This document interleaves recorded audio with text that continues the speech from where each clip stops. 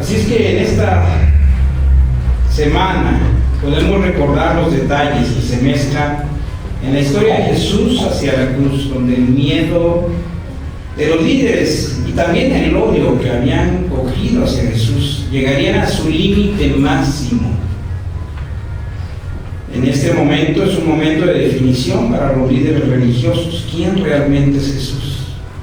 Y también el mismo Pilato estuvo enredado en esto, el dirigente romano que tuvo que dar aceptación a lo que los judíos le pedían. Pero también definieron en este momento la muchedumbre que seguía a Jesús.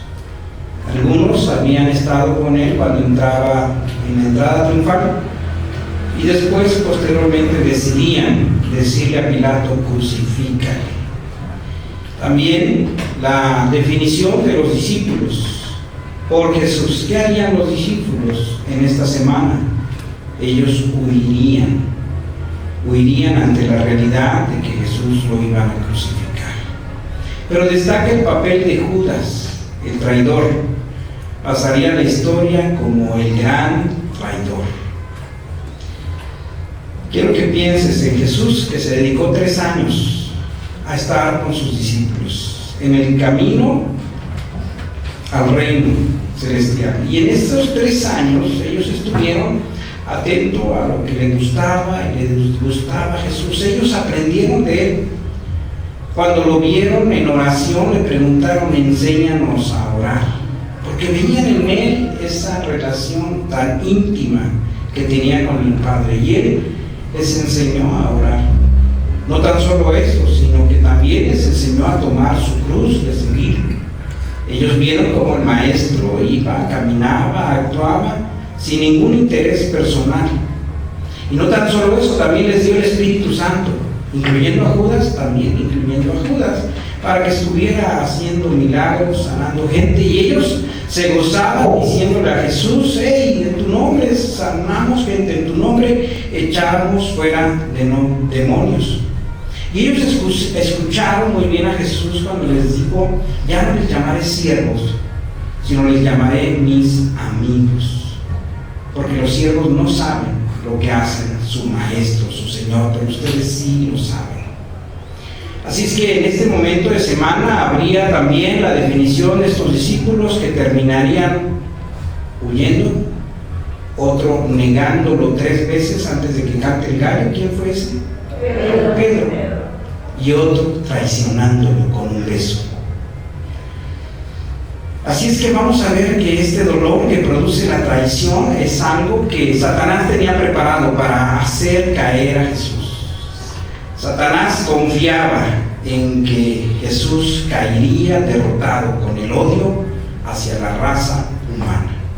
Esta cuestión de la traición es algo que lastima enormemente la historia de la raza humana. ¿Usted conoce a alguien que se llame Pedro? ¿Conoce a alguien que se llame Pedro? ¿Juan? ¿Antonio? No. ¿Leticio? No, Leticio no. ¿Pero conoce a alguien que se llame Judas? Nadie se llama Judas, nadie le ha puesto Judas, ni aún a los perros le ponen Judas. De tal forma que Judas pasa como el gran traidor y nadie quiere tener cerca a un Judas. Y en el pasaje que leímos de Mateo 26, 14, vemos muy claramente, pues ahí una motivación de Judas Iscariote. ¿Cuál fue la motivación que dice aquí? Aquí no habla de los motivos políticos que habla el video, que lo sacan para ver si pegan. Pero en realidad la Biblia nos dice que en realidad la motivación, Él les dijo, versículo 15: ¿qué me quieres dar? Y yo les entregaré. ¿Cuál fue la motivación? Monetaria. Ellos le asignaron 30 piezas de plata y desde entonces buscaba oportunidad para entregar. Así es que Judas fue deliberada, consciente y claramente con el objetivo de tener una ganancia ilícita sobre Jesús. Así que Satanás utilizaría a este Judas buscando golpear de tal forma a Jesús que sintiera lo que significa la realidad de la raza humana.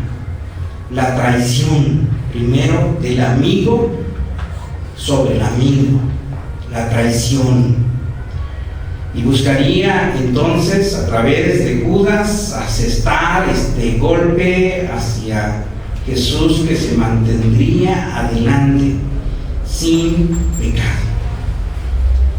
La traición es aquella falta, y por favor, traición, escriba ahí, es aquella falta que quebranta. Es aquella falta que quebranta la lealtad o fidelidad que se debería de guardar hacia alguien o algo. Es aquella falta que quebranta la lealtad o fidelidad que se debería de guardar hacia alguien o algo. La definición, y la definición no dice nada si no va acompañado con una emoción. La traición es algo que yo creo que la mayoría de nosotros lo hace experimentado. Alguien que es nuestro amigo y habla mal a nuestras espaldas, o en un momento dado alguien que, siendo de la familia, en vez de procurarnos un bien, nos hace un mal por egoísmo. La traición es una de las situaciones en las cuales hay una falla al compromiso de lealtad, y es traicionar. Y Judas lo hace muy claramente hacia Jesús, y vemos que esta historia es una historia muy conocida de la traición. Desde el Génesis vemos esta historia, Génesis capítulo 4, a ver, sin ver la Biblia, y tienes aún una gran historia de traición. Dos hermanos que estaban disponibles y buscando el adorar a Dios, y uno, Abel, hace una ofrenda agradable a Dios, y el otro, ¿cómo se llamó? Caín. No le agrada a Dios su ofrenda. ¿Y qué hace Caín? Dice ahí el versículo 8, y dijo Caín a su hermano Abel: salgamos al campo. ¿Cómo le habrá dicho? Así como que te voy a matar, sal al campo. ¿Cómo le habrá dicho? Con mucho amor, como que no va a haber problema, mira, sal al campo, aquí, vente, vamos. Y yo creo que le mostró, ya viste los campos, y pum, le asestó al hermano de tal forma que lo mató.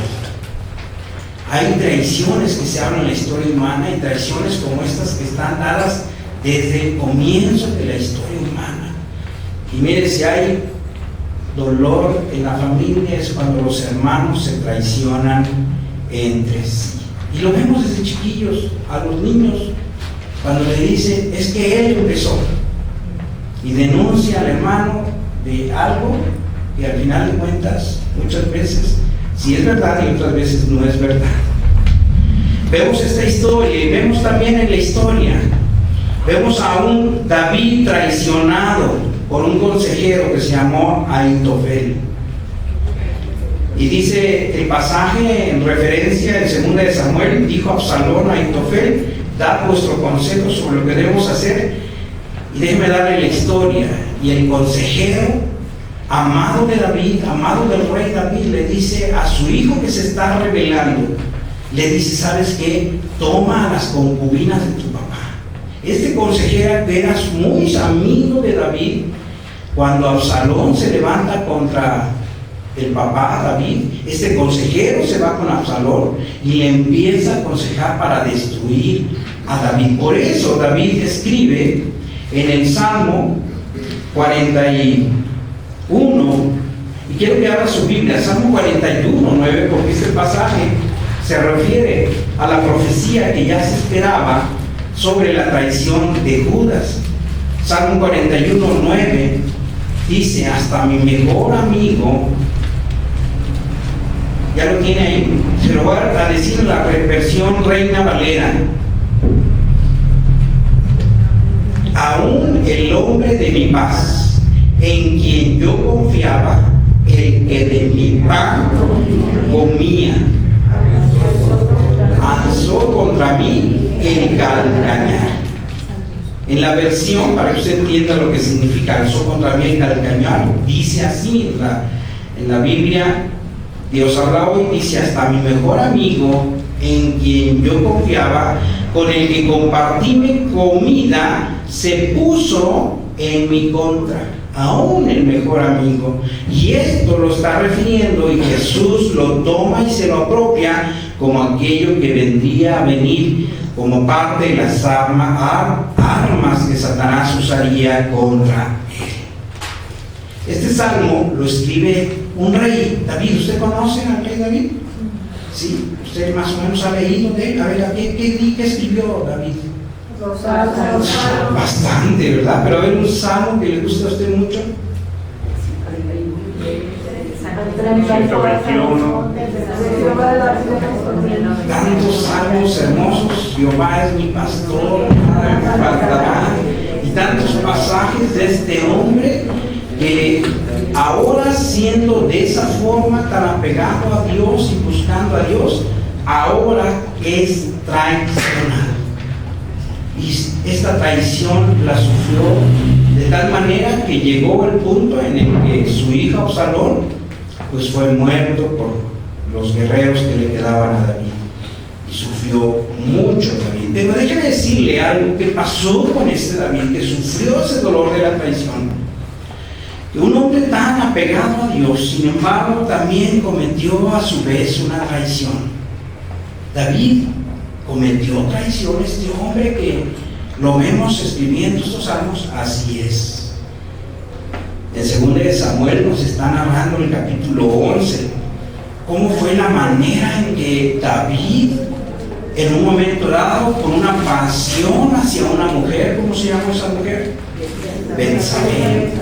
La vio bañándose, descubrió su cuerpo y tomó de ella, aunque esta mujer ya estaba casada, y la tomó para sí. Esta mujer, no sabemos si se resistió o no, y que tanto formó parte también de su historia del pecado, pero seguramente también. Pero este David, posteriormente al esposo de Betsabé, ¿cómo se llamó? Urías.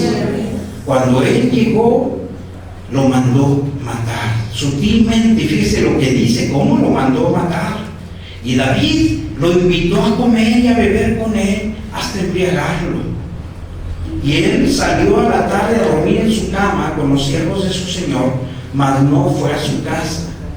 Y venía la mañana, cuando vio David que él no se había metido con su esposa, porque ella estaba embarazada de un hijo de David, y dijo, así, ya de esa forma lo engaño, se va a meter con su esposa. Pero cuando vio que Urías no se metió con su esposa, dijo, tendré que urdir otra estratagema. Y David, este David que escribió ese salmos tan hermosos, escribió también una carta en la cual envió al jefe de los ejércitos para decirle, cuando esté lo más recio en la batalla, mandas a Urías y entonces quitas a todo el ejército y que muera Urías. ¡Wow! Este hombre que escribió salmos tan hermosos escribió una carta de traición a su amigo. Usted conoce el dolor de la traición. Un hombre traiciona a su mujer cuando le rindió fidelidad, y te amaré para toda la vida, y prometo honrarte, ¿y qué? Y protegerte y amarte para el resto de la vida, y comete traición cuando en vez de amarla la golpea, en vez de amarla la sobaja, en vez de amarla la hace menos. Hay una traición enorme en el corazón humano. Pero no tan solo el hombre traiciona a su mujer, sino la mujer también traiciona al hombre. Cuando busca reiteradamente ponerlo de malas, y busca desobedecerlo, y busca alterarlo para que llegue a una situación límite. ¿La mujer también comete traición? Sí, también comete traición. Los hijos cometen traición. Cuando los papás hacen el esfuerzo de darles para la educación, y ellos no nos dedicamos a la educación al 100%, cometemos traición. Cuando fallamos a los principios del hogar, cuando fallamos a los principios de un país que espera que haya prosperidad y bendición y moralidad en la gente.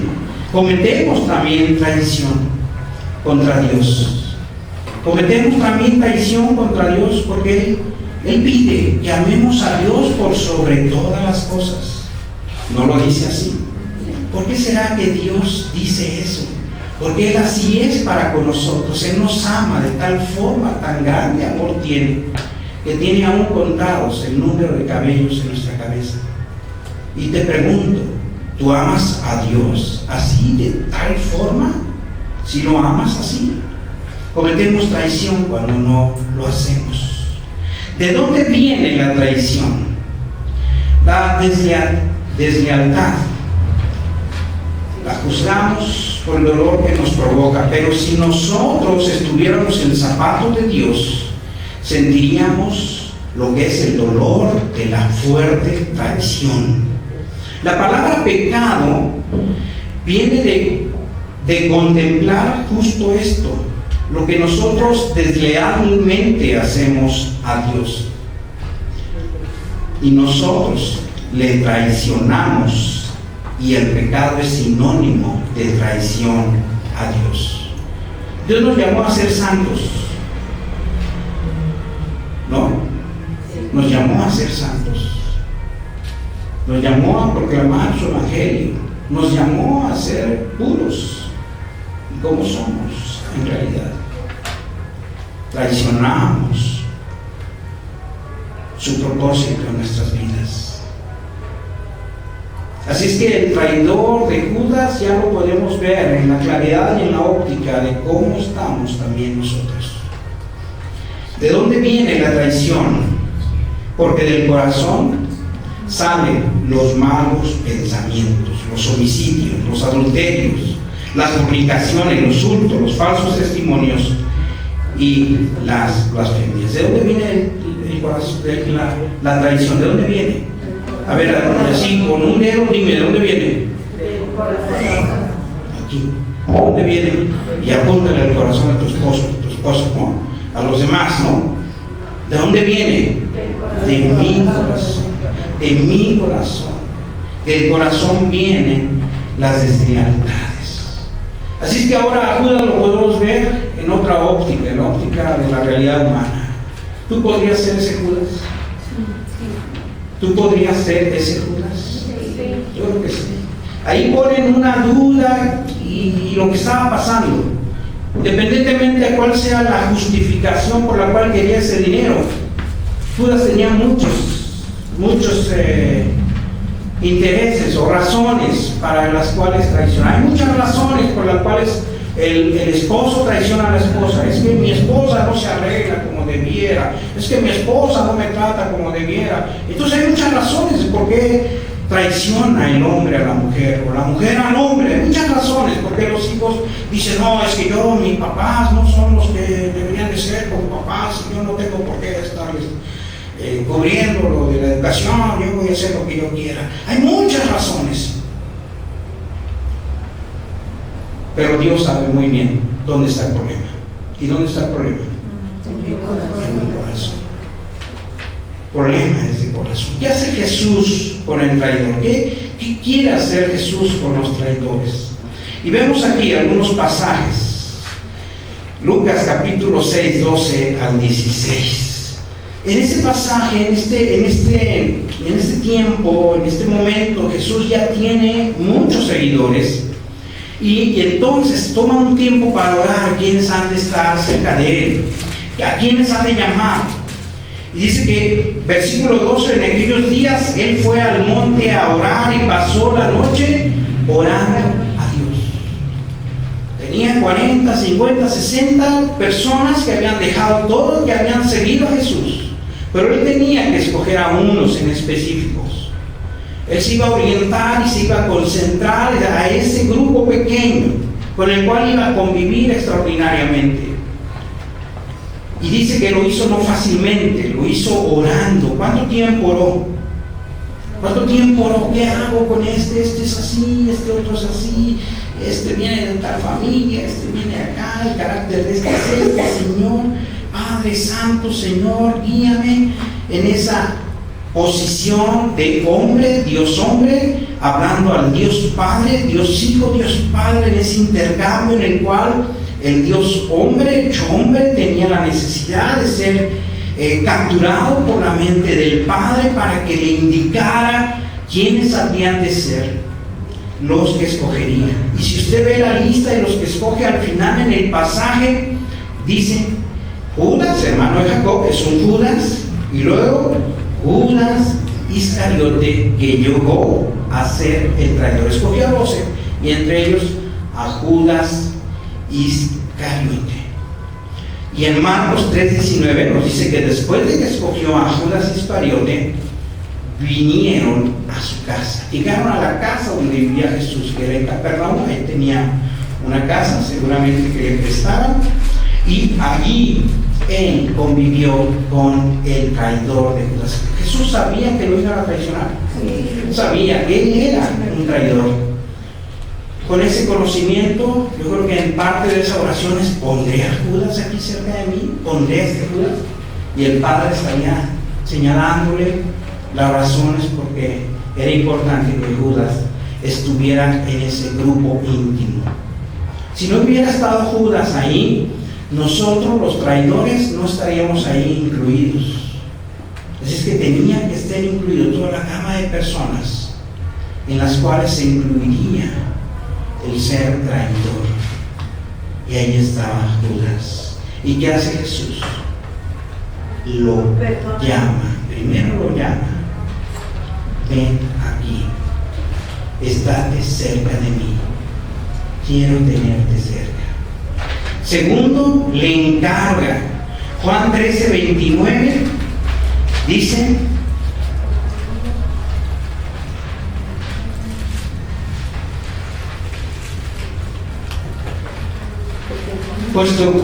porque algunos pensaban, puesto que Judas tenía la bolsa.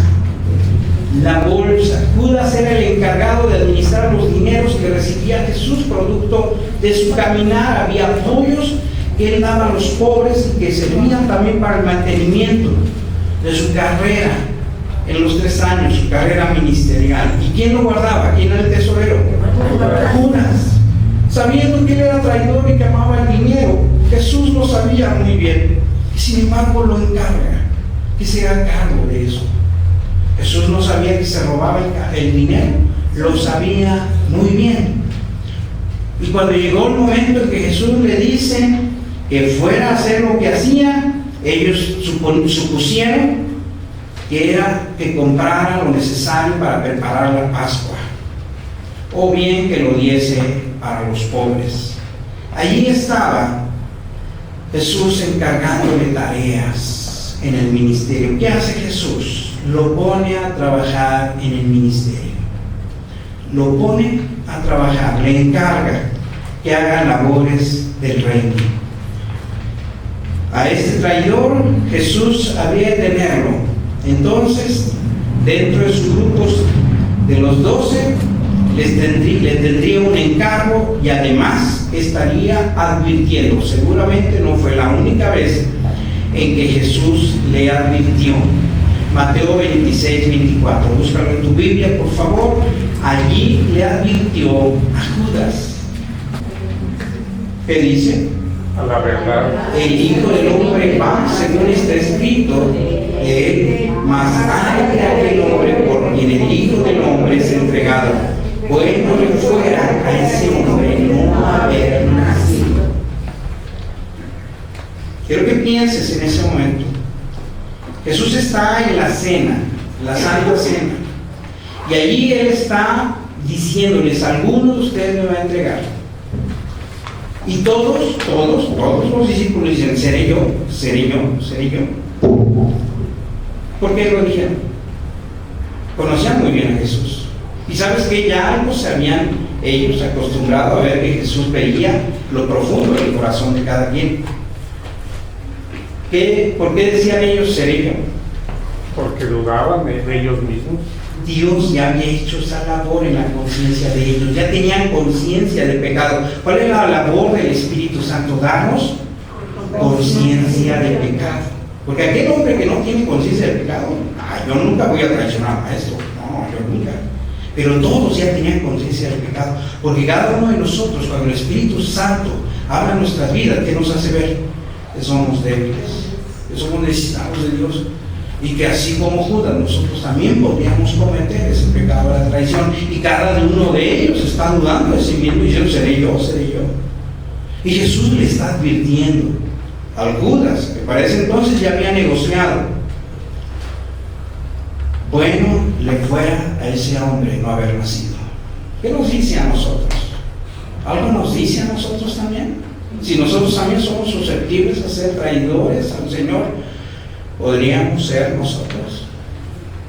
En la mañana hablaba con un grupo de personas acerca de aquellos que han estado pasando por las iglesias cristianas, y cómo algunos de ellos que de jóvenes fueron a las iglesias cristianas se apartaron totalmente, porque vieron en la iglesia hermanos y sus propias vidas los llevaban a decir, no, eso no sirve, eso no, prefiero no, mejor me voy a otro lugar. Y decíamos que al final cada uno de nosotros tenemos que pasar esa prueba, más allá de la iglesia, más allá del pastor. Al final de cuentas, la relación es entre quién y quién, entre Dios y tú. Dios y tú. Y tú no vas a ir porque en la iglesia sean muy buenos y perfectos, porque va a haber fallas en la iglesia. Y tú no vas a ir porque el pastor es muy bueno, no, con el pastor no, porque al final va a haber fallas en el pastor. Si tú te vas a quedar y no vas a traicionar en nombre de Jesús, es porque hay un encuentro entre tú y Dios. Y esa es la conexión que quiere Jesucristo establecer contigo. Y algunos no la pasarán, algunos no podrán pasar, y al final desertarán de los caminos del Señor. ¿Puedo ser yo? Puede ser algunos de aquí, de ustedes más grandes, de 5 años, ya no estarán y se irán a otras religiones o serán plenamente ateos. Pregunten ustedes, ¿podré ser yo? ¿Podría ser yo? Por eso dice la palabra de Dios que nosotros busquemos la salvación con temor, guardar la salvación con temor y con temor. Con temor y temor. Porque cualquiera de nosotros puede caer en ese ejemplo de desobediencia, de desánimo, en ese ejemplo de falla ante el Señor. ¿No nos gustaría que pasara eso? A mí no me gustaría que pasara eso. No te gustaría que pasara. Yo que vienes aquí, espero que digas, no, yo quiero permanecer hasta el final. Y estaba comentando, ahorita está un varón, está lidiando con sus últimos momentos, ya lleva 3 infartos, ya su edad es grande, ya todos los órganos están decayendo. Y en esos momentos usted cree que no escuche la voz de Satanás diciéndole, maldice a Dios y muérete. ¿Usted no cree que está en esos momentos? Estamos orando y hasta ahora Nero sigue adelante. O ¿sabe qué? Ves a la Virgencita, o le llamamos a un sacerdote para que le perdone los pecados. ¿Usted cree que no está en esa tentación? ¿Usted no podría estar en esa tentación? Sí. Yo creo que sí, cualquiera de nosotros. Pero primero Dios, como lo hemos visto en otros casos, son vencedores hasta la muerte. El hermano de Nero, cuando falleció de cáncer, ¿se acuerda usted de Agustín? ¿Ah? Llegó un enviado del obispo, fíjense, para un católico el obispo, y llega con Agustín, que ya la morfina no le hacía nada, ya no le quitaba los dolores de su muerte. Y el enviado del obispo llegó acá con su toga y todo el sacerdote, y le dice, ¿no quiere usted ser perdonado por el señor obispo? Él se ofreció a venir aquí hasta su casa para perdonarme, para hacerle la, ¿cómo se llama? Santa Unción. Santa Unción, lo último. Los santos óleos. Los santos óleos. Imagínense para un católico que el mismo obispo ofrezca eso. ¿Y sabe qué dijo Agustín? No, yo sé bien en quién he creído. Y le hacía esa concesión porque durante años militó en las pandillas y en esas cuestiones católicas. Y cuando se cambió a la iglesia cristiana, a la iglesia verdadera, gracias a la luz de la palabra de Dios, él decidió y fue fiel hasta la muerte. Yo quiero ser fiel hasta la muerte. Usted no quiere ser fiel hasta la muerte. Entonces, con temor y temblor, seamos claros en que por nosotros no. ¿Quién puede darnos la fidelidad hasta la muerte? Dios. Yo en mí no confío, pero en ti sí confío. ¿Qué hizo Jesús? Advertía continuamente a ese corazón traicionero. Mas ay del hombre por quien el Hijo del Hombre es entregado. Bueno le fuera ese hombre no haber nacido. Y cuarto, ¿qué hace Jesús? Lo ama. Lo ama. Qué increíble amor de Jesús.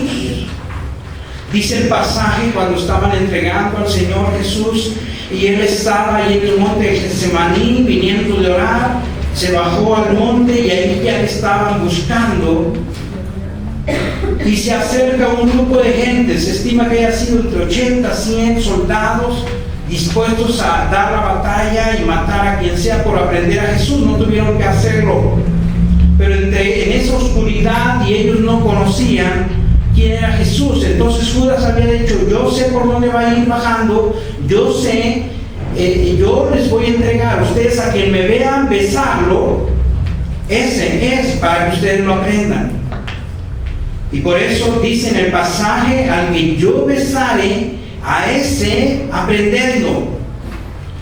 Y dice que llegando se acercó al maestro y le saludó y le besó al Señor. El traidor estaba besando al Cordero de Dios. Y Jesús le dice: amigo, ¿a qué vienes? ¿Qué le dice? ¿Qué hace Jesús con los traidores? Les ama, son amigos. Y dice: entonces se acercaron y echaron mano a Jesús y le prendieron. Era la oportunidad para que Judas hubiera dicho: perdóname, Señor, me estás llamando amigo, yo soy un traicionero. Espérense, no es él, llévenme a mí, yo soy el que merezco estar ahí, pero no lo hizo. Era el momento, por el gran amor de Dios hacia este corazón traicionero. ¿Qué quiere hacer contigo si tú estás de acuerdo en que necesitas el perdón de Dios sobre tu vida? Escuchar esa palabra de Jesús, que te ha llamado, que te ha amado, que te está advirtiendo y que ahora te dice: te amo. ¿Qué tienes que hacer con Jesús? Señor, yo he sido un traidor, yo merezco la culpa, la paga por mis pecados, pero Señor, no quiero traicionarte, no quiero seguir en esa traición. Judas no se conmovió, siguió adelante en el plan, y Judas terminó suicidándose, se ahogó. ¿Tú qué vas a hacer? ¿Vas a llegar a los pies del Señor y vas a aceptar su gran amor?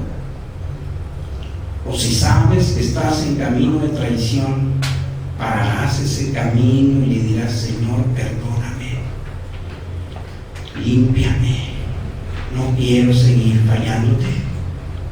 ¿Qué harás? Lo harás. Vamos a inclinar nuestra cabeza. Señor Padre, en este momento venimos ante ti. Tú conoces lo que pasa en cada corazón y sabes de qué forma esta palabra ha dado a la conciencia del pecador, del que sabe que te